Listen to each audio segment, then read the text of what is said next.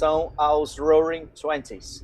Raging Twenties. Guerra Híbrida, Piero Leiner. Boa tarde, bem-vinda, bem-vindo, cara astronauta. Mais uma edição do programa Duplo Expresso nessa tarde do dia 26 de março Sua opinião é de 2021. Sou Romulo Maia, trazendo o programa diretamente de Berna, na capital da Suíça. Pensando, vocês estavam falando, né, e eu pensei no duplo sentido de Raging Twenties, que é não só dos anos 20 de agora, mas junto com o século XX, pensando no Marx, né, invertendo, né, se a farsa foi o arquiduque da Sérvia, agora a tragédia pode ser o Soleimani, e a gente começa de novo uma época, o paralelo como se fosse uma nova Primeira Guerra Mundial, talvez, acontecendo. Né? Isso foi uma coisa que mexeu muito com a minha percepção das coisas, né? Eu acho assim, o seu livro é a primeira leitura obrigatória, né, que eu acho que urge ser traduzido para o português, que você está com um público cada vez maior aqui, e as pessoas aqui, por força das nossas condições agora, estão sendo impelidas a entender de um assunto que se ignora completamente no Brasil. As pessoas estão sendo forçadas a isso, não tem muito jeito. E ele é um banho em termos daquilo que se produz, enfim, para um público que pode e deve ser informado a respeito. Eu até escrevi umas coisinhas, porque eu acho que vale a pena até voltar até umas citações aqui de coisas que passaram pela minha cabeça. Eu acho assim, o que eu assim achei incrível também foi a forma dele, né? Esse diário, né, na forma de diálogos, né, que vão colocando a gente diante de um cenário que não é só um jogo, né? Talvez, sei lá, não sei como dizer isso, uma espécie de embate, né, entre aqueles que estão fazendo as regras do jogo. E eles fazem isso como se fosse um jogo também. Quer dizer, é uma espécie de meta-jogo, né? E eu acho que isso é uma coisa que você tem uma consciência incrível do que está acontecendo, entendeu? Sabe, destrinchar essas camadas para dentro. E não se dirigir, não se atendo, né, a uma leitura rasa, como alguém que tem um modelo que tira do bolso, você está entendendo? E enlata a realidade nele. Né? Não tem isso. Sabe, é fundo de uma espécie de, assim, vou puxar a sardinha para o meu lado, né, uma percepção etnográfica, né, dos stakes que estão sendo jogados num plano assim que é muito difícil de fazer a postura, porque são muitos atores, mas veja bem, você se torna o centro de uma conexão de vários desses atores que estão dispersos, e você tem que levar em consideração todos os anos que você tem nas suas costas de pesquisa, e que entra uma sensibilidade para você chegar e dar conta desse material, que não é um material nada trivial, né? É um material que faz inúmeras costuras em diversos níveis, né? E, sobretudo, não é trivial porque parece que não existe acordo nesse mundo que você apresenta, né? Então, a descrição disso que você faz, tudo isso que aparece como um diário de campo, né? E mais uma vez eu puxo para essa coisa etnográfica, é quase que o diário de campo do Malinowski na grande Trombriand, né, mundial, né? A descrição disso só pode aparecer como também como uma máquina de contra-efetuação, né, como a gente gosta de colocar, né? E aqui, né, a gente está num mundo em que a nossa escolha está entre uma potência criadora e uma política que nega ela, né? Enfim, aquilo que você fala, né, uma certa hora no livro, né, é uma decisão entre a poética e a política, vamos dizer assim. Sim, no fundo, sim, né? sim.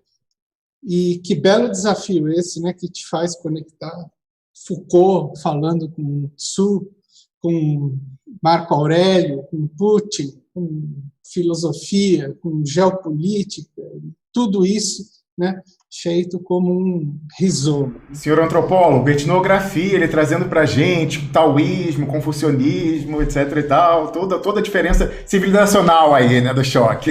Mas esse aqui é o ponto, entendeu? Porque essas são coisas que estão assim, totalmente intercruzadas. Quer dizer, uma explicação, como você disse há 10 minutos atrás, ou 15, sei lá, de como as pessoas que se reúnem em certos clubes costuram os seus fatores culturais numa aliança que tem consequências para o mundo. Globais.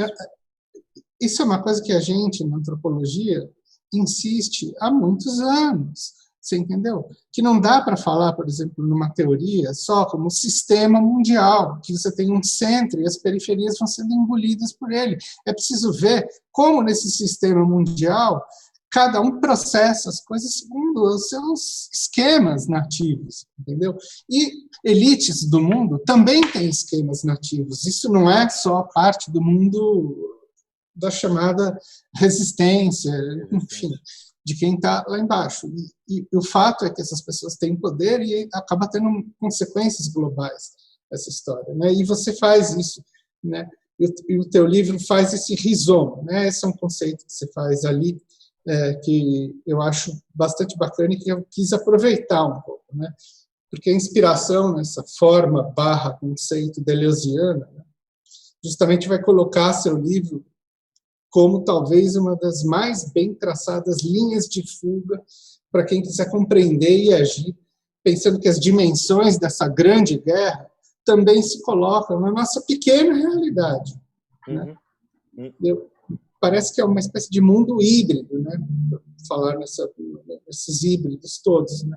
É engraçado porque a antropologia fala em híbrido e a filosofia também, bem antes do conceito de guerra híbrida existir. Né? Isso começou com um filósofo lá chamado Bruno Latour, que muita gente conhece, que ele fala desses híbridos, né, de que tudo tem essa mistura. Enfim, isso é uma discussão que existe já há algum tempo para a gente. Né? Então, esse mundo híbrido, né, tem, afinal, né, um mega potencial de plasmar o grande e o pequeno, né? Introduzindo mecanismos que engrenam, né, essa cesta de conceitos, como você coloca, né, que se tornam onipresentes para a gente, né? E entra essas coisas todas, né? O circuit breaker, a biossegurança, feedback negativo, os loopings, estado de exceção necropolítica, neofascismo híbrido e, claro, né, o tecnofeudalismo, que eu acho que foi um artigo, mas eu acho que foi um artigo inspirado no único cara que conseguiu conceptualizar isso, Piero, que é um economista da Sorbonne. Foi um francês. Pois é, imagina, uma editora pequenininha na França, muito pouca gente leu na França. Imagina, se esse livro sai em inglês, mas vira um best-seller global, imediatamente. Mas, aconteceu até agora. Engraçado, porque até fiquei pensando, né, porque eu não li o livro, eu vi o que você escreveu sobre ele. Mas tem um link, tem um link para o livro. Como ele é uma espécie de lado B do Piketty, né? Que, enfim, é um lado B do Piketty, mas, claro, o Piketty não tem o lado Big Tech. E o Cédric Durand tem. Por isso que ele matou a charada completamente. Né? E eu achei bem legal, né?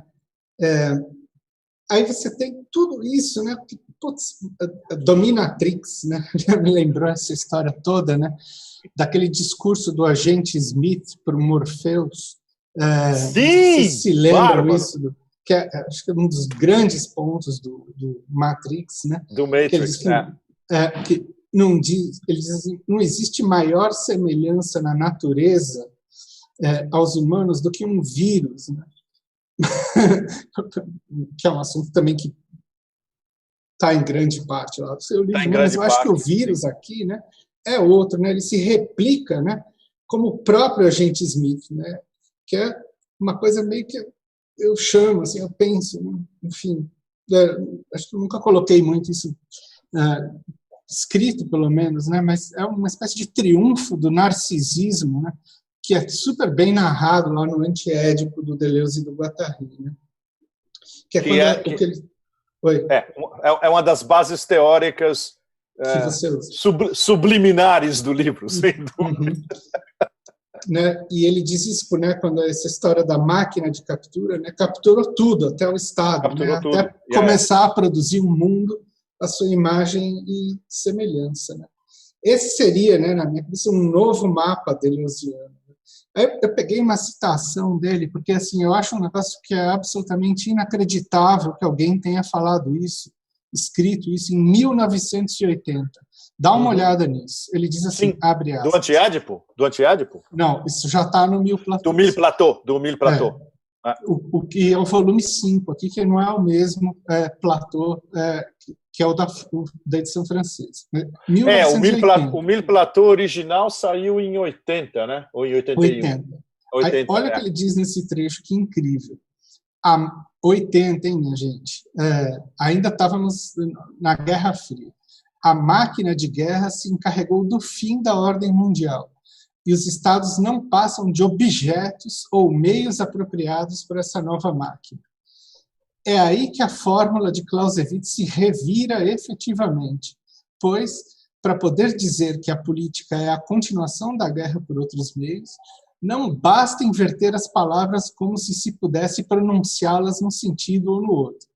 É preciso seguir o movimento real ao cabo do qual os Estados, tendo se apropriado de uma máquina de guerra e fazendo-o para os seus fins, desenvolvem uma máquina de guerra que se encarrega do fim, apropria-se dos Estados e assume cada vez mais funções políticas.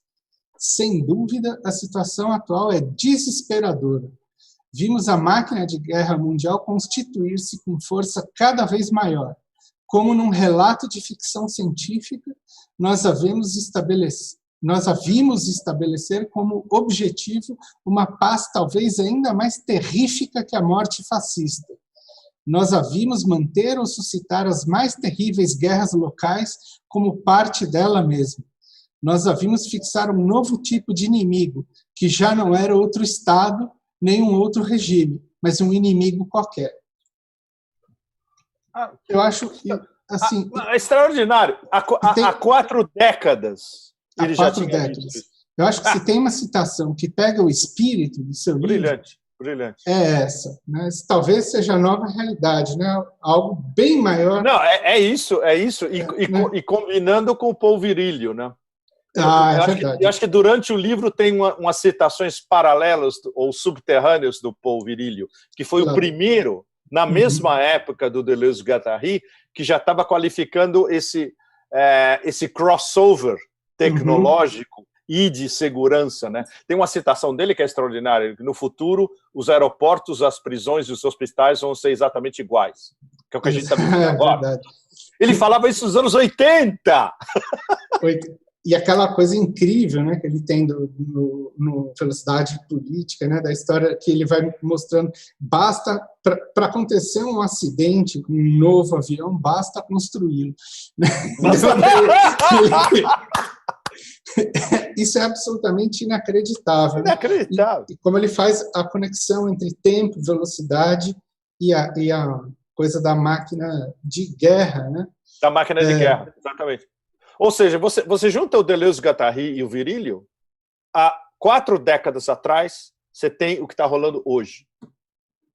Pois é, né? E o que eu achei incrível, né, que o teu livro deixa muito claro, né, é que é isso que a maior parte das pessoas não está entendendo, Pepe Romos. Quando a gente fala, por exemplo, da ideia ou do conceito de guerra híbrida, que isso não se resume nem às revoluções coloridas, nem aos truques comunicacionais que esses engenheiros do caos fabricam. Né? Mas ela existe como uma espécie de invenção de um estado de guerra permanente. Né? Quando eles falam, né, ali, nos primeiros textos, o Jim Mattis, junto com o Frank Hoffman, né, que eles falam na volta de um estado primitivo, né, é para sugerir justamente que essa guerra, né, vai se tornar uma espécie de dimensão total da vida. Né? Ela agora vai estar presente desde a batalha, a grande batalha, o cenário geopolítico, esses navios se deslocando e tal. Enfim, a coisa séria, né? Mas também na nossa subjetividade, nos nossos pensamentos que estão o tempo inteiro sendo posicionados para fazer parte de um conflito que a gente sequer entende. E que eu acho que o teu livro é uma chave para a gente entender qual é, enfim, qual é o tabuleiro que a gente está na frente. É um livro para entender a regra, não é um livro só para entender qual é a jogada, né? Então, eu acho que esse é o novo passo que seu livro dá com brilhantismo, né, que é mostrar, né, que uma análise que pensava o Estado como simples aparato de interesses burgueses para obliterar a luta de classes, essa análise não tem mais lugar, né? O Estado, né, essa sua burocracia profunda, assumiu um lugar tão central nas relações de produção, circulação e transformação da natureza, que ele tratou de transferir a luta de classes para uma luta de todos contra todos, né? E é aí que, enfim, eu me acoplo a essas suas referências, né, que você usa, né? Enfim, especialmente a do tecnofeudalismo. Eu também vi aqui o seu uso da referência à necropolítica do Mbembe, mas é uma que eu já não vejo muito, como eu posso dizer, eu não sou muito simpático a ela, né? Eu acho que esse revestimento de uma biopolítica crua, Foucaultiana, na periferia do mundo, né? Não sei se você não pode chamar simplesmente isso do velho estilo de poder nu e cru, como a gente achava, que não é isso, não é o hospital, né, a clínica, a subjetividade, a gente está falando de porrada mesmo, né? Enfim, é a velha ideia, enfim, de descer o cacetete, né? Ou seja, quando a gente volta ao Foucault, né, que, como ele bem diz lá no Nascimento da Biopolítica, né, não tem mais uma ação sobre os jogadores no jogo, mas sobre as regras do jogo, né? Ele fala essa outra coisa incrível, né, porque ele diz o seguinte: olha, no horizonte dessa ação, né, do poder, que ele não diz exatamente se é do Estado, enfim, esse poder dele aí, que está em toda parte, né? Ele diz assim, até tem uma otimização dos sistemas de diferença, né? Ele diz assim, em que o terreno fica livre para processos oscilatórios, né? Em que há uma tolerância concedida aos indivíduos e às práticas minoritárias, né? Mas você não precisa mudar os atores, você muda a regra, conforme ela te convém, né? E eu fiquei pensando nessa história, né, de como se libera essa história das minorias e tal, como também o discurso, que a gente sabe muito bem a que propósito acabou servindo. É curioso, né, que toda essa coisa identitarista é tão leitora de Foucault, né, como acaba sendo, enfim, o feitiço voltou contra o feiticeiro, né? Então, e o seu livro deixa claro, é claro, né, porque a gente está também falando disso, né, que os Estados Unidos não são um mar de rosas, né, mas inclusive para si próprios, né?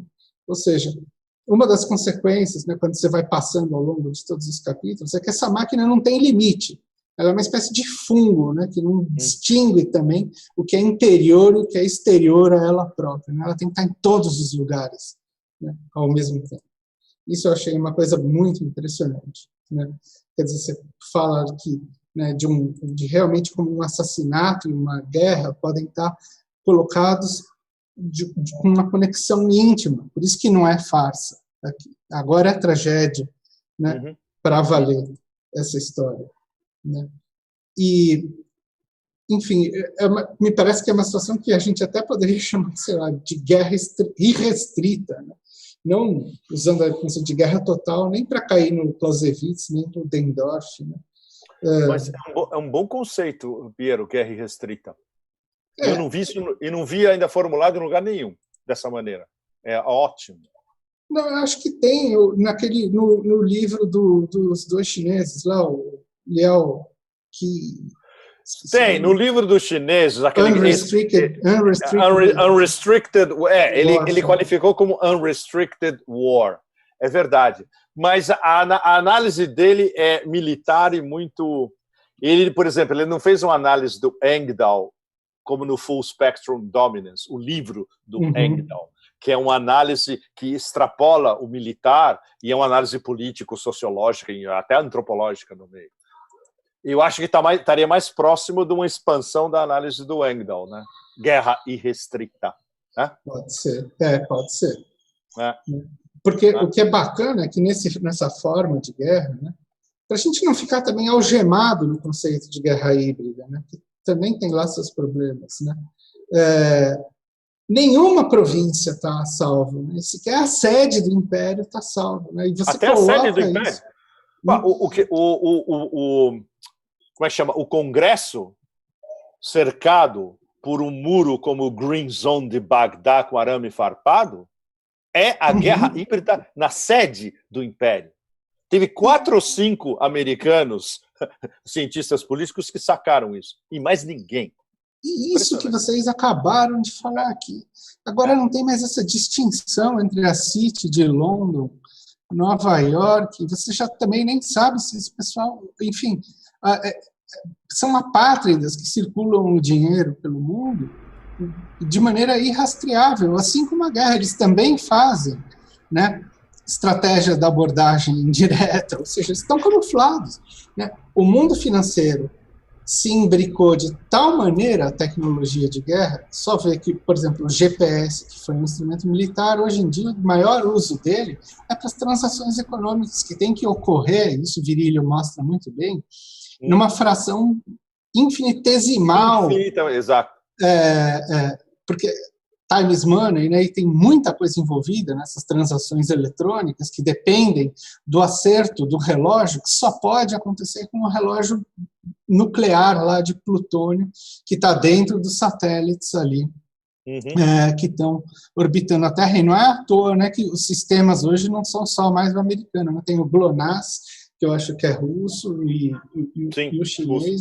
Sim. País que quer independência financeira também, né, Romulus, tem que enfiar os seus satélites de GPS ali, porque todos induzem algum tipo de errinho ali. Enfim, né? Senão todo mundo confiava, né, cegamente nesse negócio. E eu achei bem legal que você falou essa ideia, né, que os Estados Unidos agora é um líder de sistema, né, não é mais um mero Estado-nação. Né? E que esse líder de sistema, né, como você bem fala, é uma estrutura de identidade universalista ligada a um Estado. Né? E essa vantagem é útil porque os Estados Unidos possuem claramente essa estrutura de identidade hoje. Né? E você diz, a China também. A China também.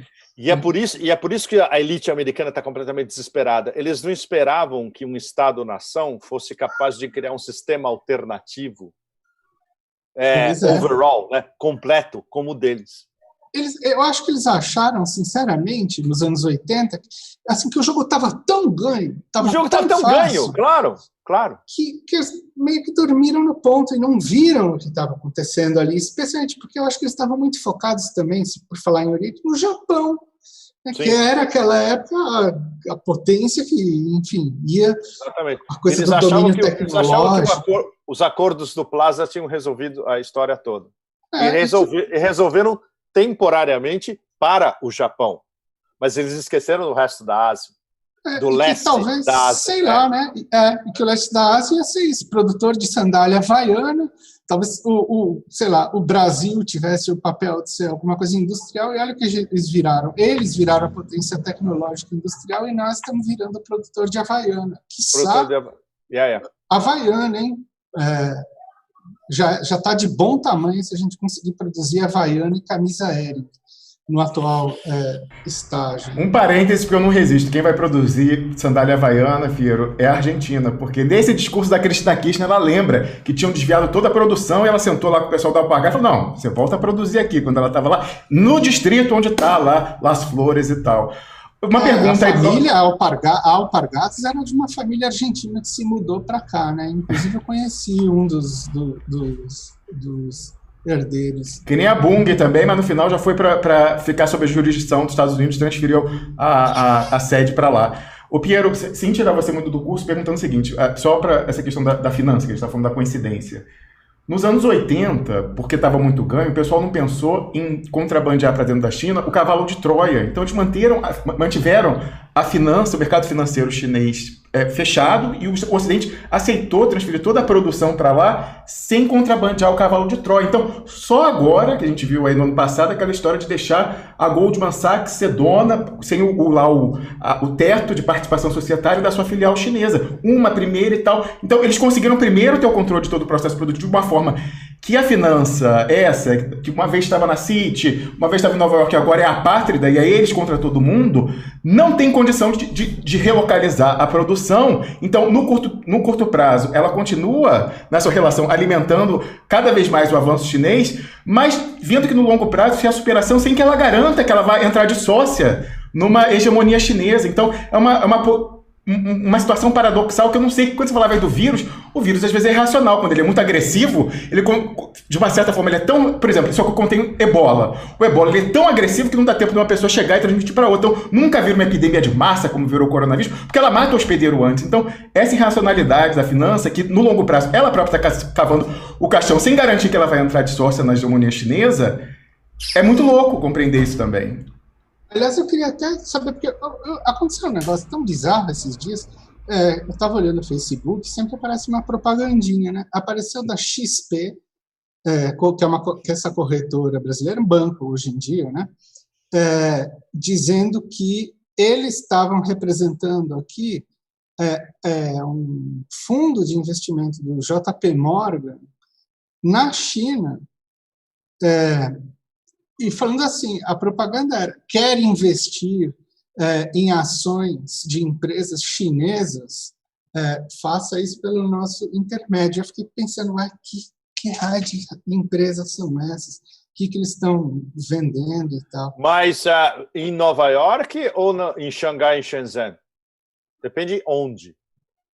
Olha, assim, acrescentando ao mix, foi a abertura do sistema financeiro nacional que foi apropriado pela finança transnacional que empatou a coisa na Coreia do Sul. O pessoal pegou isso, conduziu diretamente a crise que começa ali na Ásia e pega fundo e você vê hoje, por exemplo, Samsung e tal, dando tiro no pé, porque a boa parte de pressão na administração dessas empresas por fundos que vêm da Holanda, Londres, depois Nova York, os apátridas contra todo mundo. Então, a China fez essa coisa com a Goldman Sachs, até onde ela vai. Eu estou muito curioso para isso, porque tem essa contradição. No longo prazo, eles contribuem para cavar a própria cova, sem garantir que eles vão estar no barco, numa posição privilegiada na próxima hegemonia. Claro que não, porque Pequim jamais ia dar essa corda para eles, Rômulo.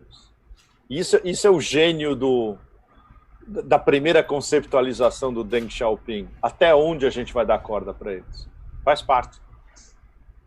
E é por isso, por exemplo, que a BlackRock, JP Morgan, Citibank estão desesperados para entrar no mercado financeiro chinês. Os chineses vão dizer, ok, pode, mas essas são as regras. Uhum. Ou seja, jamais eles vão deixar BlackRock ou JP Morgan terem ilimitadas contas de grandes investidores chineses que eles podem movimentar como eles quiserem, como fazem com os investidores americanos no mercado chinês. Ah, não. As regras são essas, bem delimitadas. Isso é que é absolutamente do caralho. Como eles são capazes de ditar essas regras para o crème de la crème do capitalismo ocidental, e se você não se adapta, você está fora do mercado deles, que é o que todo mundo quer. Volta sempre a mesma lógica, né? Uhum. Onde é a super expansão do capitalismo global? Não tem outro lugar. Não é no Vietnã, não é no Camboja, é na China, não é na Índia, não é em Bangalore, não é em Hyderabad, é na China inteira. Então é isso. Você tem que se dobrar às regras deles. Por exemplo, se você é a Ant do Jack Ma e você quer ter uma política própria e o seu maior investidor é um fundo japonês, tá na cara que Beijing vai chegar e falar, não, você vai ter que... são as nossas regras, não são as regras do seu acionista majoritário japonês. Foi o que aconteceu com a Ant agora há pouco. Por isso que o Jack Ma tomou aquela chapuletada direta, teve que desaparecer durante 2-3 meses. E tem uma questão também que é o seguinte, a vantagem comparativa da China não é cheap labor há muito tempo, então é a logística, você tem todos os fatores de produção ali, não tem como você relocalizar aí para Camboja e outros assim, África subsaariana, não é cheap labor mais. Não, não é. É a expansão do mercado e o fato de que eles são a grande potência comercial do mundo. Se você está lá dentro, você vai comerciar com o mundo inteiro, dentro do território chinês, que era uma coisa que Hong Kong fazia há 22, 23 anos atrás. Acabou. Por isso que Hong Kong virou uma coisa, uma excrescência, um negócio. Eles olham, qual é a contribuição de Hong Kong para o nosso GDP? Menos de 2%? Imagina, é uma provínciazinha do sul. Não tem a menor importância para o nosso big picture, né? O que interessa é Xangai, Shenzhen, são os três grandes polos de desenvolvimento, né? Beijing, Tianjin, Xangai e a zona em volta, o Greater Bay Area, as 10 grandes cidades do sul da província de Guangdong ligadas com Hong Kong e Macau. Isso é o que interessa. É a expansão para o centro, é a colonização do Xinjiang e tornar o Xinjiang uma meta cibernética e de high-tech, que é uma coisa que você jamais vai ler no Financial Times. Você vai ler sobre reports fake de 1 milhão de uigures em campos de concentração. Mas você jamais vai ler que o Xinjiang não só é o polo das novas rotas da seda, onde chegam todos os pipelines importantes da Rússia, da Ásia Central, etc., mas é um polo de IT, Information Technology. É um polo de alta tecnologia no meio do deserto, a 4.000 quilômetros de Pequim. E os caras conseguiram montar isso em menos de 10 anos. É extraordinário. Ou seja, e isso não vem está no plano quinquenal. Estava no plano quinquenal de 10 anos atrás. Como esse plano quinquenal que eles aprovaram há 2 semanas atrás, que não é só o plano quinquenal até 2025, eles aprovaram, na verdade, 3 planos quinquenais. Eles já aprovaram todas as etapas de desenvolvimento e de investimento em tecnologia de ponta até 2035. É uma outra cosmologia. E é por isso que, por exemplo, do nosso ponto de vista de ocidentais tentando explicar da China, é inexplicável. Primeiro você tem que dar todo o background imperial. Você tem que explicar como funcionam as dinastias. Você tem que explicar o que é confucionismo. Você tem que explicar como funciona o processo decisório dentro do Politburo. Você tem que explicar o que é um plano quinquenal. Você tem que explicar qual é a ligação entre os governos locais, regionais, com os delegados que vão aprovar o plano quinquenal em Pequim a cada 5 anos. É impossível. Só se você for um mega especialista, você vai entender todas essas conexões. E tem muito poucos que sabem disso. Os próprios americanos que posam como sinólogos, eles não sabem o encadeamento de todas essas variáveis. Eles não sabem como funciona. Mas, Pepe, foi justamente essa deficiência total etnográfica que levou a esse erro de cálculo nos anos 80, porque os caras projetaram assim no chinês e falaram, o chinês, quando virar de classe média, vai querer votar. Pensaram que, como fazem na América Latina, na África, iam comprar as elites, cooptar, ele vai querer votar. Pois é. Mas isso aí, minha gente, é porque parte da nossa razão estrutural, é o nosso padrão agente Smith do Estado, que acha que se você toca os outros, eles começam a se transformar a uma imagem semelhante Exato, Piero, exatamente. Ou seja, o Ocidente se tornou uma espécie de civilização narcisista. O grande objetivo é produzir clones de si mesmo, né? Enfim, em múltiplas escalas. Mas, Piero, tem isso de papel passado, aquela entrevista que eu não esqueço, no dia do handover lá de Hong Kong para a China, Margaret Thatcher visitou na delegação e ela dá uma entrevista na CNN que ela fala, a nossa esperança, quando a gente acertou isso lá atrás, é que meu background de química era aquele cristal catalisador que você joga na solução e toda ela se cristaliza. Achavam que ali era o cavalo de Troia definitivo. Bom, a melhor definição é o Deng Xiaoping, quando encontrou com a Maggie Thatcher, que ele falou, escuta, vai ter que voltar em 1997, e se não voltar, eu boto 200 milhões de chineses na Europa amanhã, e eles vão acabar com essa porra desse seu ex-império. E ele definiu a Margaret Thatcher como that silly woman. Sensacional. Piero, segue aí nessa resenha de luxo que eu tô aqui ouvindo. Nossa, é uma resenha de luxo. Nossa, eu vou fechar para a gente conseguir. Coisa chique. Eu vou fechar, depois a gente pode discutir mais, né? Mas eu acho incrível como você captou bem.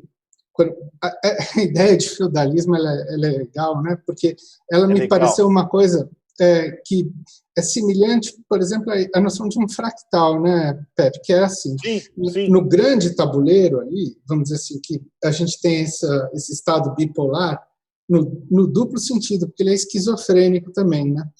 Só que ele se coloca de maneira completamente assimétrica, porque de um lado você tem, né? Eu não vou chamar de potência, é isso mesmo que você falou, essa sede de sistema que ela é absolutamente sedenta, né, por produzir suas cópias, né, ao longo. E do outro lado, você teria o polo oposto, que eu ainda não sabe muito bem, 100%, aonde vai dar essa história, mas eu acho que você dá boas pistas, mas que é formado numa ideia de defesa mínima não provocativa, vamos dizer assim. Né? Eu não vejo a China querendo produzir clone de chinês como, sei lá... Mas de jeito nenhum. Isso está na doutrina deles. Não queremos exportar nosso modelo. Nós não temos um modelo para o mundo. O nosso modelo é para nós. Então, eu acho que tem uma coisa que é o seguinte, e aí o que acontece? Essas camadas elas vão se produzindo em níveis diferentes com as mesmíssimas propriedades, né? E vai chegando, né, numa coisa tão esquizoide, né, que produz até naquela sua tia que está sentada na poltrona há 30 anos e de repente foi despertada para a ameaça comum chinesa, né? E com todas as forças ela acha que está no fronte de batalha do Zazap, né? Fazendo a parte dela para deter, né, o avanço chinês, né? E é sensacional essa postura que você é mestre em fazer, né? De mostrar esses agenciamentos dessas filigranas, né? E dessas táticas híbridas pipocando all over, né? Mostrando que o grande jogo hoje se faz também em ações muito pontuais, né? Então, não vou me estender mais, mas, enfim, isso também, né, a gente viu nesse seu último artigo, né, sobre o episódio Alasca, né, e, por exemplo, mostrando essas conexões da Operação Uigur contra a China, né? Sim. Que linka com aquele artigo do Grayson. Você sabe que outras palavras... É fundamental esse artigo. Sim, sim. Outras palavras, o site traduziu ele. Tá traduzido no Brasil. Acho que hoje, né, eu soube porque o Ricardo Cavalcante Schiel, que é um outro antropólogo, fez a apresentação né, disso. Né? Enfim, se eles têm, né, e vendo tudo que os Estados Unidos faz, né, instalar naquele site, eles vão criando esse monte de braços, e o braço do braço, eles criam as mãos, os dedinhos e as unhas, né, de shadow states ali que vão operando, né, para essa mega máquina, né. O nosso papel aqui, e eu acho que o seu livro faz isso como ninguém, é o de desmontar essa narrativa, contra-efetuar ela. Eu acho que é o passo de formiga que a gente dá, porque é um livro, né, Pepe? E o que a gente fala aqui e tal, claro, a gente está muito longe de ter o poder do que é uma máquina estatal, mas assim, é o que dá para fazer na nossa parte. Eu acho que você fez de maneira assim, muito honrada e brilhante. Então, acho que vamos conectar aí com os uigures e esse problema todo que você analisou do Alasca, porque eu acho que é mais um capítulo nessa análise que a gente tem o privilégio de ter você aqui ouvindo, você todos esses meses aí. É uma honra ter uma resenha live como essa. É realmente uma honra. Muito legal, Piero. Legal mesmo. Pois é, você escreveu livros. A gente sabe que não é uma questão de ego. Você faz isso porque você sente um impulso interno que você tem que expressar, né? A recompensa, no fundo, é o livro achar os seus leitores, que é um processo sempre extremamente complexo, né? E quando você vê que o livro começa a achar os seus leitores, é isso. Isso vale como uma sequência de iluminações estéticas, né? É superior a qualquer recompensa material. Não é nada disso, de jeito nenhum, né? E a ideia desse livro era justamente, ok, talvez eu possa dar um pequeno roadmap do que está acontecendo agora, como você explicou muito bem, e de como isso, as reverberações que isso pode ter. Por isso que agora, o livro saiu há pouco tempo, a gente está no 3º mês da segunda, né, da década, do 2º ano da década, e é interessante, porque o livro é um preâmbulo porque a gente está vivendo agora. Eu estava pensando nisso essa semana.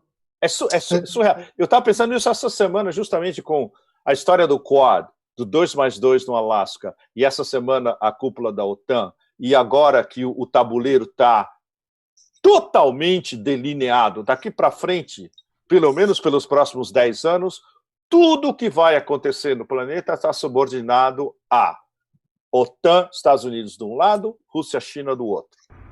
Nada vai mudar isso tão cedo. Ou seja, essa é a geopolítica do século XXI, que não vai ser só dos Raging Twenties, vai ser daqui para frente. Essa parceria estratégica Rússia-China é a longo prazo. A OTAN não vai acabar amanhã, como o Trump queria, porque o Trump nem sabia como a OTAN funciona, na verdade, ele só pensava em grana. Tem que pagar os 2% do PIB para a gente. É a única coisa que ele pensava, ele só pensava em dinheiro. Então, o mindset do Deep State americano, que é uma coisa fixa, que não tem como mudar. Imagina, o Eisenhower já sabia isso em 53 ou no começo dos anos 60. Sabe? Não vai mudar, não vai agora que vai ser mudar. Só mudaria no caso de ter uma guerra que, como o Putin já falou, vai ser a última. Então não vai mudar nunca. Vai ir até a lógica Dr. Strangelove ou a lógica do Sansão derrubando as colunas do templo. Vai continuar. E os russos e os chineses já perceberam isso. É o que você lê no Martianov, nos livros, especialmente no último, que eu não posso comentar ainda, porque a editora me pediu para não falar nada do livro ainda, porque o livro só sai em maio. Eu li o livro, é um negócio brutal. Brutal. É o melhor livro de análise da corrosão do império, não só militar, mas sociológica, antropológica, cultural, tudo. Por dentro, o Martianov vive nos Estados Unidos. Não só ele é um grande analista militar, como ele vive nos Estados Unidos e ele conhece o Deep State por dentro. Então, isso não vai mudar nada. E os chineses já perceberam, os russos já perceberam. Eles sabem que, olha, vamos juntar a nossa parceria estratégica cada vez mais. Você tem novas rotas da seda, eu tenho União Euroeconômica Asiática, vamos juntar isso cada vez mais, junta com a Organização de Cooperação de Xangai, o Banco de Investimentos da Ásia, vamos passar cada vez... Essa é a coisa mais importante, talvez, que o Lavrov falou nesses últimos dias, foi na coletiva dele junto com o Wang Yi, depois do summit deles, em Guilin, que foi segunda e terça. Então, foi há 3 dias atrás. Na coletiva, o Lavrov falou o principal. O que nós vamos fazer? Nós vamos fazer o possível para passar as nossas economias em torno ao largo do dólar. Já está em 50%, a gente quer chegar a 100%. Nós vamos constituir um sistema internacional alternativo de pagamentos, ou seja, vai acabar a dependência do SWIFT e vamos investir em cryptocurrencies. Cada vez mais. Ou seja, você junta essas 3 coisas, são 3 anátemas em sequência para a gangue de Bretton Woods, para Wall Street, para a ruling class americana. E que veio? Qual foi a resposta, eu diria, quase infantil, né?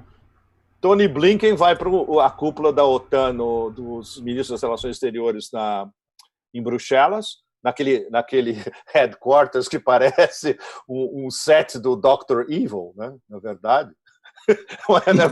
Eles fazem uma foto na frente, só ficou faltando o Dr. Evil posar na foto também. Os 27 de máscara na frente daquele negócio James Bondiano que custou 3 ou 4 bilhões de dólares para erigir aquele negócio. E aí... já veio com grampo de fábrica, hein, Pepe Escobar? Já veio com grampo da CIA de fábrica. Grampo de fábrica. Tem documentário da TV belga pública mostrando, mas enfim. Pois é, grampo de fábrica. Bom, e aí você vai ler a doutrina que eles aprovaram pelos ministros das Relações Exteriores e aí que vai ser aprovada pela a cúpula de chefes de Estado da OTAN no fim do ano, que é esse projeto OTAN 2030. Aí, na minha coluna que sai amanhã, tem link para o OTAN 2030 e tem o link mais importante, que é as recomendações do painel de 10 experts que eles chamaram para tudo que a OTAN tem que fazer até 2030. E adivinha quem está lá? Oi? Vai falar que 10 experts da RAND Corporation. Olha, tem gente da RAND, e sabe quem está no meio até, Rômulus e Piero? Hubert Védrine, ex-ministro das Relações Exteriores francês, que, claro, é um exponente do establishment francês, que elegeu o Macron. Entende? Então, eles pegam alemães, franceses, Países Baixos, etc., botam os caras da RAND no meio, não sei, chama todo mundo de expert e fala, olha, foram os experts que falaram que nós da OTAN vamos ter que seguir esse roadmap aqui.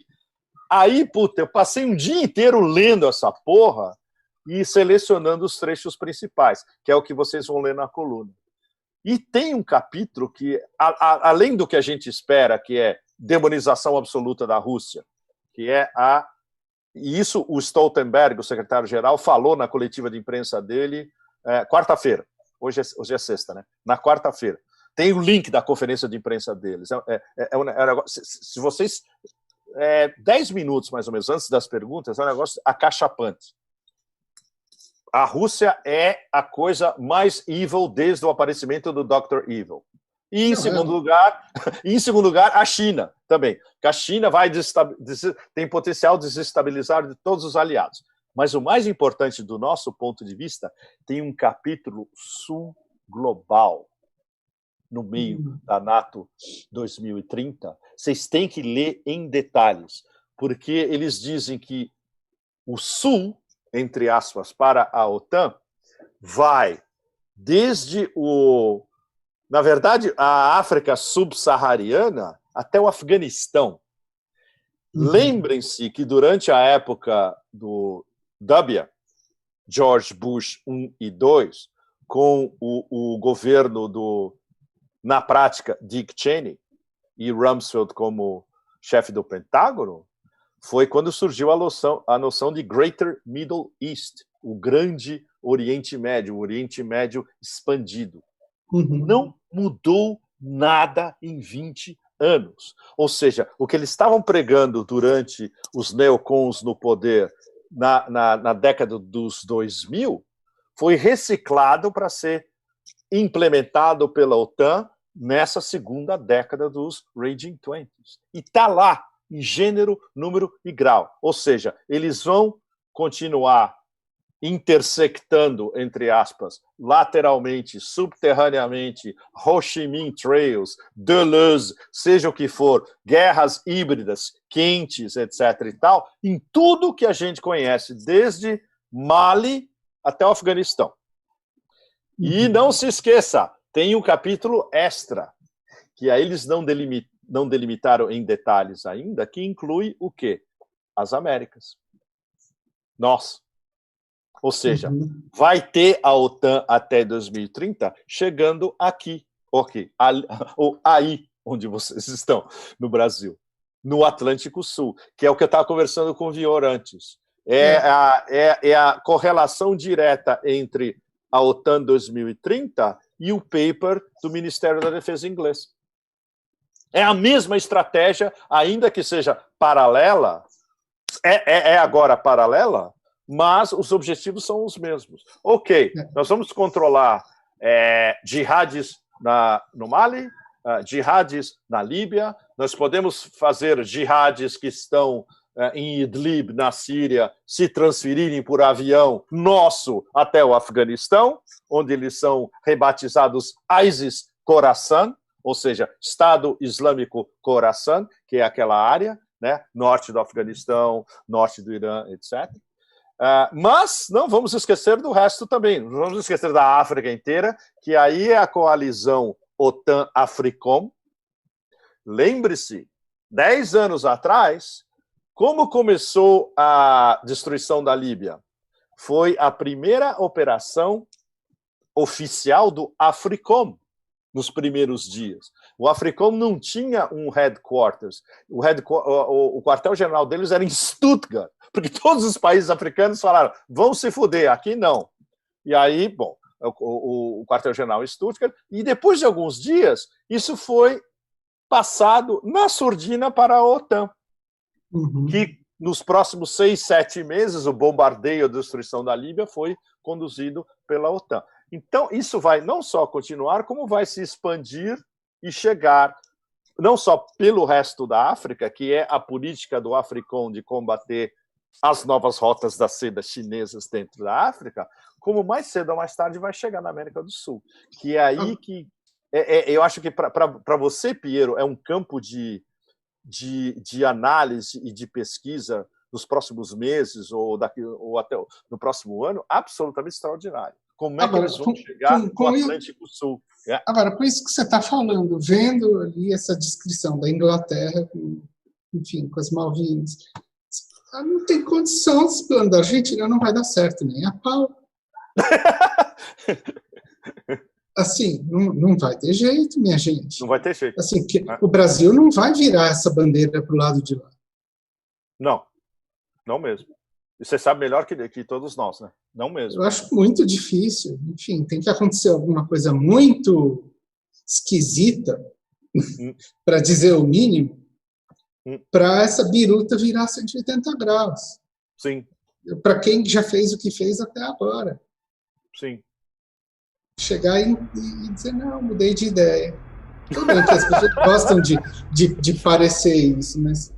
Eu tô com alguns pontos aqui. Peraí, tá aberto. Teu microfone. Meu microfone estava fechado, aberto só em casa, que é o seguinte. Eu ia perguntar, Pepe Escobar, você vê como é uma coisa transversal, mas olha só. A gente tocou aqui ainda, talvez a gente entre mais daqui a pouco, na questão dos indianos, uigures. Mas, por exemplo, a gente falando até desse comportamento paradoxal entre finança transnacional e a própria máquina de guerra. A Nike, que evidentemente é controlada pela a mais alta finança transnacional, vai e resolve atear fogo em si, né? Abdicando do mercado chinês, lá dando tapa na cara com a história. Fogo em si, como a H&M também, né? Pois é. O que explica isso? Os acionistas resolverem fazer isso, mandar a direção fazer? Aí eu pergunto, se não compromete. Se não o pessoal usando aí Jeffrey Epstein, o Daryl Messer deles, o que explica uma empresa abdicar? Se não esse tipo, e que tem a ver com, Piero, a improbabilidade dessa guinada, né? Porque a gente sabe da questão Messer, e aliás ficou provado, né, essa semana, quando a gente começou essa coisa, porque o Messer é central para controlar, pegar pelo saco toda a elite do Cone Sul, sobretudo, dos países ali da Bacia do Prata e o Brasil, e por que ele tinha sempre passagem em Nova York do dinheiro, quando a gente tem vazado pela defesa do ex-presidente Lula na segunda-feira, aquela troca de mensagens entre os curitibanos lá, falando, olha, a gente quer chamar os gringos aqui para detonar os caças FX também, mas o negócio é o seguinte, a gente tem que ver se algum dinheiro passou por Nova York ou então se algum e-mail foi enviado usando um provedor dos Estados Unidos. Basta isso para ter a jurisdição. Pepe Escobar. Rômulus, qual o status do Messer no momento? Você quer saber o real ou o oficial? Sério? Dizem que ele qual o status real do Messer no momento? Pergunta para alguma fonte sua no Mossad. Porque é a maneira de saber. Agora, oficialmente, ele está em prisão domiciliar em Copacabana, numa cobertura, algo assim, oficialmente, né? Mas sem tornozeleira eletrônica. Olha que fantástico. Ele está na prisão domiciliar. Sem tornozelo eletrônico e ninguém tem acesso a ele? Que eu saiba, não. Inclusive, a última vez que ele veio no noticiário foi para dizer o que ele tinha dito, porque ele tinha falado lá no início que pagava uma grana, $50 mil mensais em Curitiba, para não ser incomodado. Desde o Banestado até hoje. Aí na Lava Jato da Lava Jato do Brasil, que é a Lava Jato do Rio de Janeiro, pendurou o pessoal de Curitiba, diferentemente da Argentina, né, o caso da Alessia que a gente já falou aqui, ela não está sendo operada por uma resistência heróica nacional contra o inimigo estrangeiro. Não, ela foi para controlar, em alguma medida, o pessoal de Curitiba que de 2014 em diante tinha o controle da agenda nacional pelos novos operadores preferenciais do imperialismo, que são os generais. Então pegaram desse pessoal e aí, né, esquentaram o dossiê, fizeram a parada militar com os CBMs, mas aí o Dario Messi fala, não, eu pagava e realmente, objetivamente, fui beneficiado, ninguém me incomodou. Mas eu não sei se efetivamente era entregue, não foi só uma coincidência da vida e tal, mas o dossiê fica guardadinho. Então, assim, oficialmente, o Dario Messi está preso, mas tem que lembrar o seguinte também, aquilo sempre foi uma operação familiar. Quem inventou o dossiê contemporâneo, o métier, não, o dossiê também, mas assim, o métier contemporâneo de doleiro foi o pai dele, e aí os irmãos todos são doleiros, aí já tem, então assim, obviamente que ele tá ou não tá, não faz tanta diferença para o negócio, porque inclusive a família tem uma parte na finança oficial, em Nova York e tal, mas tem também a parte clandestina, sempre foi um negócio de família, então não faz, mas até ele pode estar no Paraguai, pode estar no Uruguai, pode estar em Tel Aviv, pode estar em Nova York, sei lá onde esse sujeito está. Mas ninguém sabe porque a tornozeleira eletrônica estranhamente foi dispensada para ele. Ou seja, ele está completamente blindado pelo Mossad, na prática. Total. Mas Pedro, você tem uma noção. Quando ele estava foragido no Paraguai, ele foi e voltou o quanto quis de jatinho do Paraguai para o interior de São Paulo. O Cisfron não serve para nada, né, Vila? Cisfron. Não. Você só faz isso com operação de inteligência de altíssimo nível. Não, que é demonstrar, sabe quem que recebia ele no Brasil? O handler dele do Mossad, Nahum Turner, que também é aí doleiro e tal. E aí, veja, pra gente saber disso, a gente tem que ver uma publicação do Paraguai, eu já fiz print, salvei tudo, que foi atrás dessas vestes. No Brasil ninguém falou disso, que ele entrava e voltava, quem que recebia ele em aeroportos privados no interior de São Paulo todo esse tempo, que o Cisfron, aí o general Vilas Boas, o Cisfron é uma vergonha, o Cisfron não pega um negócio desse? Na sede, hein? Em Dourados. Passava por lá, exato, na sede. Mas pede o dinheiro de volta aí para o pessoal da... Aliás, né, Pedro, quem que faz a parte técnica lá do Cisfron? Boa pergunta. Mas sabe que você me deu uma ideia agora até? Né? Assim como teve a Lava Jato da Lava Jato, agora vai começar a aparecer, isso é questão de dias, os milicos dos milicos, que vão fazer o quê? Mas é claro, é essa operação dos milicos que vão civilizar e vão ser os que vão querer controlar os que estão no governo. Mas é um telequete desgraçado isso, entendeu? Então o patrão deles continua absolutamente o mesmo. Por isso que eu estou dizendo que não vai virar essa biruta. Você está entendendo? Nada aponta para virar. A não ser que aconteça algum terremoto, alguma coisa assim muito esquisita, sabe, que é fora do parâmetro no jogo mundial e que afete eles nos seus interesses locais aqui, sei lá, uma devassa em empresas, uma série de empresas que são controladas hoje em dia por militares e parentes, ou militares da reserva e parentes e tal. Vai ter, porque essas empresas são todas sócias de empresas americanas, israelenses e tal. Então, aí você percebe que a coisa está muito amarrada. Então, eu acho muito difícil ter essa virada de bandeira. E o dossiê está guardado, Piero. Então, o dinheiro por fora necessariamente passou por esquemas que passam em Nova York, seja Dario Messer ou ali os complementares. E é o seguinte, lembrando do julgamento dessa semana, né, como a gente olha, depois a gente pode comentar isso ainda, da questão do futuro, que está em aberto, mas é a administração da incerteza com relação ao que melhor para esse destino que está traçado, como operar o Lula nessa questão e até que ponto ele pode operar de volta. Mas veja você, né, todo mundo falou, mudanças, reversões fantásticas no STF, não vou falar particularmente, mas aí muita gente levou alguma coisa não contabilizada, às vezes até através do parente que advoga e tal, não sei o quê. Nada disso apareceu, vamos chamar que o Odebrecht voluntariamente deu lá os 100 e tantos nomes da cúpula do judiciário para o Fachin, que prontamente o pessoal todo lá aceitou a delação.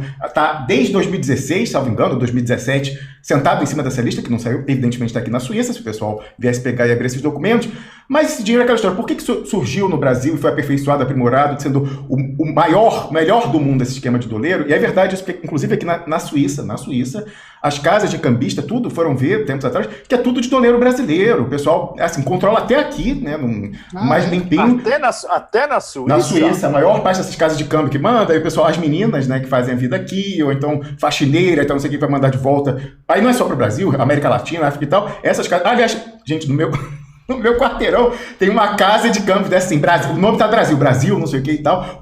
Até nesse controle teve uma operação aqui, tempos atrás, uns anos atrás, sobre isso. Mas por quê? Porque o Brasil foi naquela época da correção monetária, quando dispara a inflação, nos anos 60, e com isso o pessoal que tinha dinheiro frio tinha que se preservar, e não pode botar na conta bancária no Brasil. Então tinha que blindar para o dólar ir para fora. Não, a correção monetária é nos 60. A correção monetária é nos 60 ainda. E aí quando explode essa questão. E aí começa então, por causa do Brasil, dessa questão, que a gente aperfeiçoou esse officiei, vira tipo exportação, o doleiro. Mas por que eu estava falando disso? Agora não lembro agora. Ah, sim, então. Esse pessoal todo, seja de advocacia, os gatekeepers das soluções e dos telequetes judiciais, até os próprios que dão as decisões, esse pessoal todo recorreu a esses esquemas. Para não complicar, e é verdade, eu poderia estar dizendo, não, mas eu vou falar, nesse caso é verdade. Mais de um ministro no STF tem ou teve laços com narcotráfico. Fácil de provar e que certamente inteligências têm. Pessoas, inclusive, que são protagonísticas nessas viradas. Então, assim, se o imperialismo, o pessoal que tem esses dossiês, pela remessa de dinheiro, até por esse pessoal que foi mais ousado, em algum momento da vida, se associou ao narcotráfico, e há mais de um ali, era fácil implodir. Esse pessoal não tem condições, nenhum deles ali, de comprar uma briga com o imperialismo. Então, se tem uma reversão, um fingimento, uma simulação de reversão, para aumentar uma expectativa e administrar isso necessariamente está condizente com quem quer que controle as cabeças da hidra do imperialismo. Você sabe que há contradições, né, no Deep State e tal. Isso é hipótese de trabalho ou tem pistas sérias levando a possible smoking guns desse envolvimento de ministros do STF com narcotráfico? Bom, tem até ex-deputado sendo processado. Roberto Jefferson está sendo processado por ter feito uma associação de um ministro. Estou dizendo que tem mais de um. Então, até dá para falar. E go on record falando assim, Roberto Jefferson, ex-deputado e detonador do Mensalão, fez alusão a um suposto apelido de um dos ministros da associação dele com o PCC, Primeiro Comando da Capital. Eu estou falando que fora isso, tem um menos conhecido, quem é da área de investigação, da questão do narcotráfico, sabe que tem outro ali, talvez por alguma proximidade com a Tríplice Fronteira, não sei se é o caso, com a sua base, sua hinterland, que também tem essa questão, não como um barão do narcotráfico, mas é muito comum no Centro-Oeste, isso quem é de lá sabe, que é o seguinte, quando o pessoal precisa rapidamente juntar uma grana rápida, nada dá a taxa de retorno do narcotráfico. Então é muito comum, por exemplo, quando tem uma reunião ali, o pessoal precisando de uma grana para aplicar até na face visível do agronegócio, fala o seguinte, vamos fazer um consórcio aqui, a gente junta uma grana, aí freta um jatinho para ir na Bolívia, ir no Peru, ir na Colômbia e tal, e é uma forma fácil de você pegar o que você tem em mão e multiplicar por 5 em 2 semanas. Então, quando eles estão precisando, tá asfixiado o capital de giro, é muito comum isso. Então, um ministro talvez tenha participado desse tipo de coisa. Não, como quase que um investimento cotista, numa coisa seguro certo que você vai pegar e multiplicar por 5 aquele capital. Então, já se afastou, porque viu que é uma exposição muito grande, mas talvez seja fácil resgatar isso daí, caso seja necessário. Até aqui, tudo que acontece ali de reversão, como a gente vem vendo até aqui, no longo prazo traduziu em aprofundamento do que ocorre no Brasil. Pegando aí os poderes de fato no Brasil que há, juristocracia da sinergia, juristocracia, generais ali do GSI grosso modo, nada leva a crer que vai mudar uma coisa fantástica. Então, a gente não sabe ainda qual é a operação. Tem várias possibilidades, né, de como operar e conduzir o caminho para o que está para o aprofundamento disso. A hipótese de sair desse roteiro, a hipótese. A gente aqui faz pressão, campanha e levanta, e agora eu vou até tentar ver se a Cristina Kirchner não pega essa história daí dela para pedir os documentos aqui na Suíça. A gente tenta, mas teria que ter uma saída do roteiro, né, ir para terceira dimensão, como eu brinquei tempos atrás, porque até aqui a gente está num jogo da vida, que é aquela coisa plana, jogo da vida da estrela e tal, que é assim, você tem um caminho, você tem várias possibilidades. Jogou lá, teve filho, foi para a universidade, isso aqui e tal, mas tudo leva para o mesmo fim. Você tem várias possibilidades, mas tudo leva para o mesmo fim, mesmo caminho. Ir para a terceira dimensão é você levantar, olhar e falar assim, isso aqui é um roteiro, rasgar, virar a mesa para cima, aí pega documento Odebrecht na Suíça, Banestado, Dario Messer, e pegar... Gente, já tem inteligência feita. Você sabe que o Eduardo Cunha, quando ele era presidente da Câmara dos Deputados, ele contratou a Kroll, né? Contratou para fazer uma investigação barra pesada em cima da primeira rainha das delações em Curitiba, que era Beatriz Catapreta. Tão quente foi o dossiê que eles fizeram entregar para o Eduardo Cunha que a mulher saiu fugida para Miami. Nunca mais ouviu falar da sujeita. E olha que coisa interessante. O marido, não sei se é marido, primo, irmão, não sei, da mesma família, Itagiba Catapreta, foi um ministro da Justiça Federal de Brasília. Olha aí onde pode cair o se eu tiver coisa. Mas da Justiça Federal de Brasília, que foi quem barrou a posse do Lula na Casa Civil, lá quando ele foi nomeado pela Dilma Rousseff. Tá lá ainda, ninguém fala, mas a mulher fugiu, de tão quente que era o dossiê. Aí foi substituída pelo pessoal lá da indústria da delação curitibana, que parece que também tem o dossiê esquentado lá com a Lava Jato, com o Dario Messer. Mas então, pegar esse dossiê da Kroll, tá, inclusive atualmente, o presidente da Câmara, certamente ele pode ir lá no arquivo e falar, vem cá, da outra administração aí, esse dossiê me dá aqui, botar para jogo isso. Eu duvido, por exemplo, que o general Heleno não tenha isso em mãos. Eu duvido que o general Heleno não... até porque, pelas conferências que a gente tem da origem real lá dos chats da Vaza Jato, eu acho que ele tem. Não, eu acho não, certamente ele tem. Porque se for o STF que deu pro Lula, está no STF, de onde presume-se que o Estado brasileiro tem, eu acho que certamente uma copiazinha no mínimo, se a origem não é a inteligência brasileira, no mínimo, hoje já tem uma cópia. Então, pegar isso, botar os áudios, cadê os áudios prometidos pelo Greenwald, prometidos por tanta gente, os áudios do Vaza Jato, os documentos do Odebrecht na Suíça, Banestado e pegar, por exemplo, para quem que a mulher do Sérgio Moro advogou o Intercept tinha todos esses áudios? Ou tem? Claro. Ou tinha? Tem. Tanto tem que ele prometeu. Os dois prometeram. Tem entrevista. E soltaram quanto? 1%? Um só. Um áudio do Dallagnol que não era lá muita coisa. Um áudiozinho. Não foi o Intercept que soltou, não foi? O áudiozinho do Dallagnol lá atrás, ou um desses parceiros, mas na época teve um áudiozinho só. Agora teve um outro, do Spoof. Um áudio. De 7 terabytes de informação. Não, e on record, o Greenwald e o Júnior dele falando, tem muitos áudios e tal. Estamos só tem o Greenwald falando, estamos só fazendo a verificação de voz e tal, para não sei o quê, mas a gente verificando o background e tal, mas vamos liberar tudo que não for concernente à vida privada das pessoas e tal. Estamos aguardando até hoje, vai fazer dois anos. Para parafrasear Hugo Chávez, estou sentindo um cheiro de sulfur. Snow. Pois é. Queridos, vou ter que ir, tá? Vai lá. Obrigado por tudo, foi super legal. E, bom, a sequência é o que está rolando agora. Quad, 2+2 no Alasca, a cúpula da OTAN essa semana, o jogo está centrado e todas as nossas análises a partir de agora subordinadas a essa configuração do tabuleiro. Muito bem. Mas isso você já sabe. As minhas perguntas e pontos sobre o livro vão ficar para uma próxima oportunidade, mas eu vou perguntar só um. O bônus, que não foi publicado ainda, que pela primeira vez vem a público, aquela questão da Eurásia e os 3 soberanos, quando você coloca que os únicos 3 países soberanos realmente são Irã, China e Rússia, nesse momento, desafiantes do hegemon atualmente, por que você não colocou Cuba? Isso tem a ver com a história do hemisfério ocidental, se considera, ou por ela não ter autonomia na balança de pagamentos? Não, é uma excelente pergunta, Rômulo. Eu não coloquei Cuba porque Cuba está fora desse arco dos barra pesadas brigando lá em cima. Na verdade, é uma explicação inconsciente. Eu deveria ter colocado Cuba, sem dúvida. Mas em relação ao jogo desses 4/3,5 lá em cima, Cuba é relativamente marginal, sem dirimir o papel de Cuba de maneira nenhuma.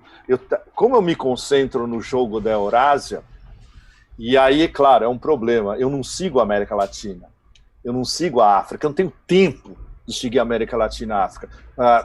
Pelo meu instinto natural, eu estaria on the road antes do Covid, tanto na América Latina quanto na África. Não dá. Eu estava on the road na Eurásia. E isso desde os anos 90. Mas a sua pergunta procede. No meio dos soberanos, Cuba é absolutamente soberano. Não há a menor dúvida a respeito. O problema é que a área de influência estratégica de Cuba é relativamente limitada, comparada com Rússia, China e Irã. Essa é a diferença de realpolitik na história. Né?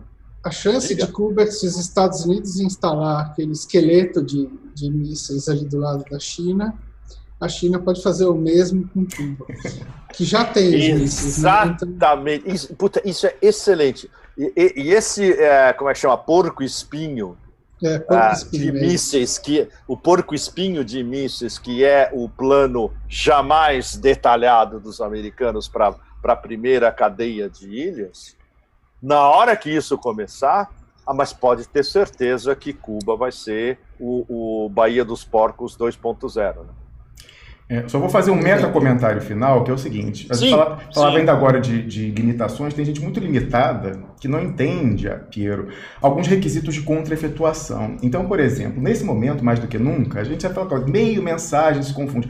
Meio mensagem emissor, quando você quer fazer uma contra-efetuação, e eu não posso esquecer o exemplo do Pepe Escobar no início do ano passado, quando ele alertou e, através da coluna dele, fez chegar lá para os Masters of the Universe, falando, segura esse pessoal aqui, porque senão o petróleo vai a 400 e acabou a economia global. E com isso, e recebeu de volta os prints de para quem que foi, né, realmente os Masters of the Universe, literalmente do top, que ajudou a desescalar a coisa depois daquela inconsequência de assassinar o Soleimani. Então, ele, obviamente, está nesse papel de contra-infiltração, e se ele não tivesse o estilo que tem, magnético, que atrai as pessoas, se ele não fosse essa figura rockstar da geopolítica global, talvez ele não tivesse, se ele fosse objetivo e botar uma coisinha assim, não tivesse esse estilo de thriller e essa figura cativante, talvez a gente tivesse tido uma guerra ali naquele momento. Então, eu acho que umas pessoas limitadas não conseguem perceber isso, Pepe Escobar. Mas mais direto ao ponto, claro, é muito flattering a sua descrição, sem dúvida.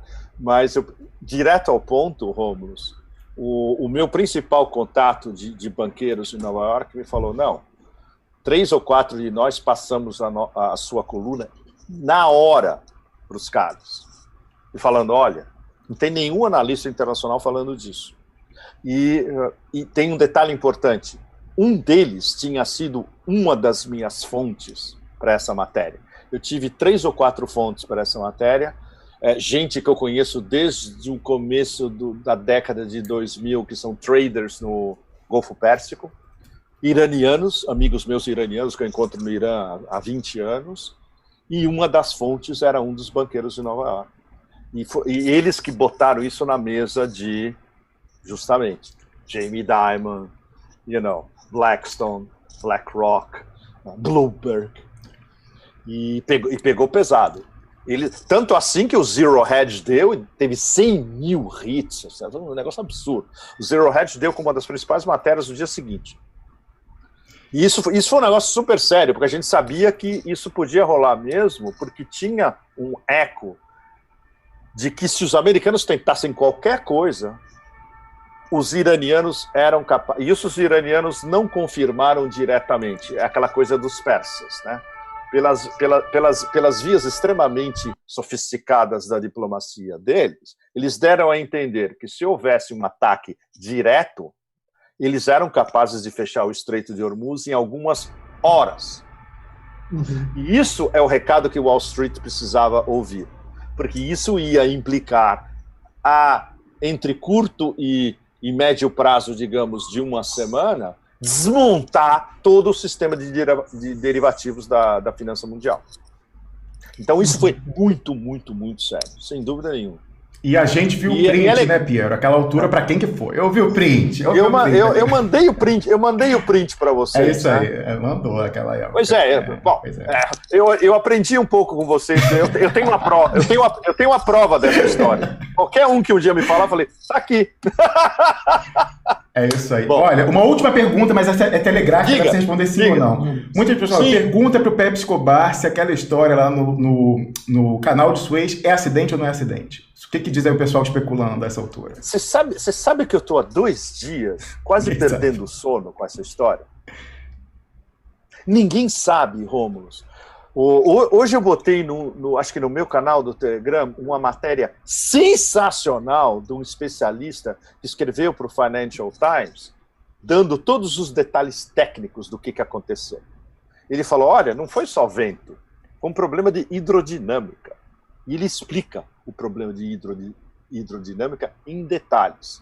Especialmente o fato de que esses supercargueiros de 200 mil toneladas eles são largos demais.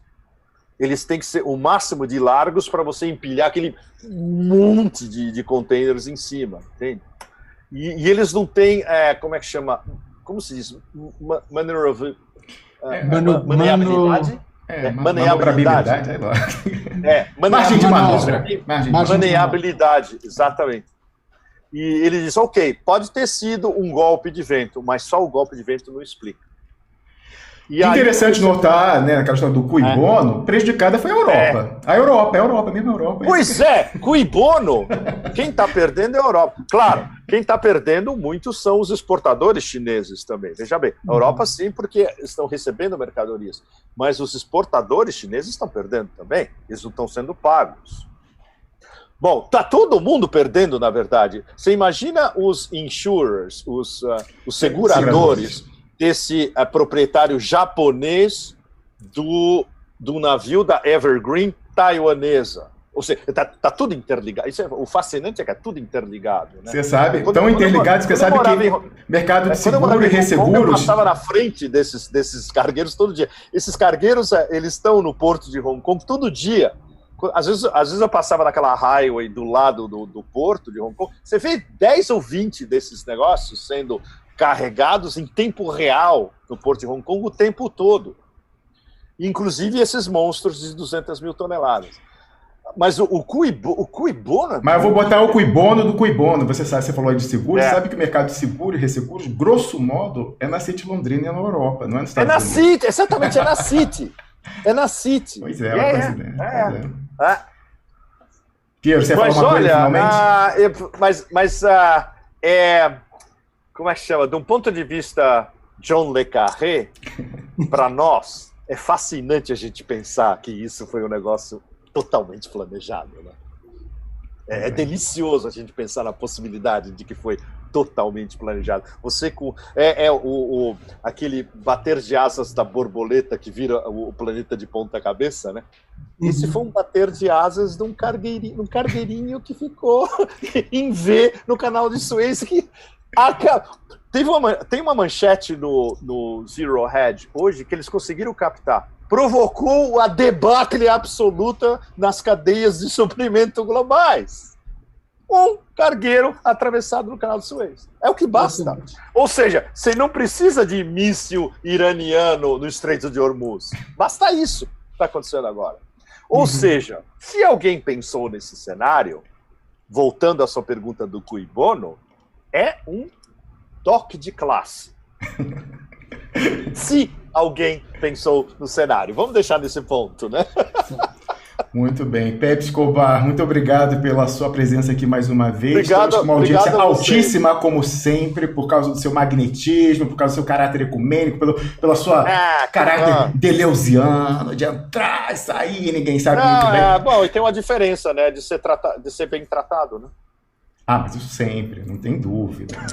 Inclusive porque está nos assistindo aqui uma representatividade real dos comentários, né? Isso é importante também. Quem está assistindo entendeu. Com certeza. Tchau, queridos. Obrigado a vocês todos. Foi um enorme prazer. Tchau, Até a próxima. Tchau. Você vai para sua maratona aí, a quarta jornada do dia em outro fuso horário. A gente teve até aqui... Não... Tirei Pepe Escobar. Ele volta na semana que vem, não tem problema.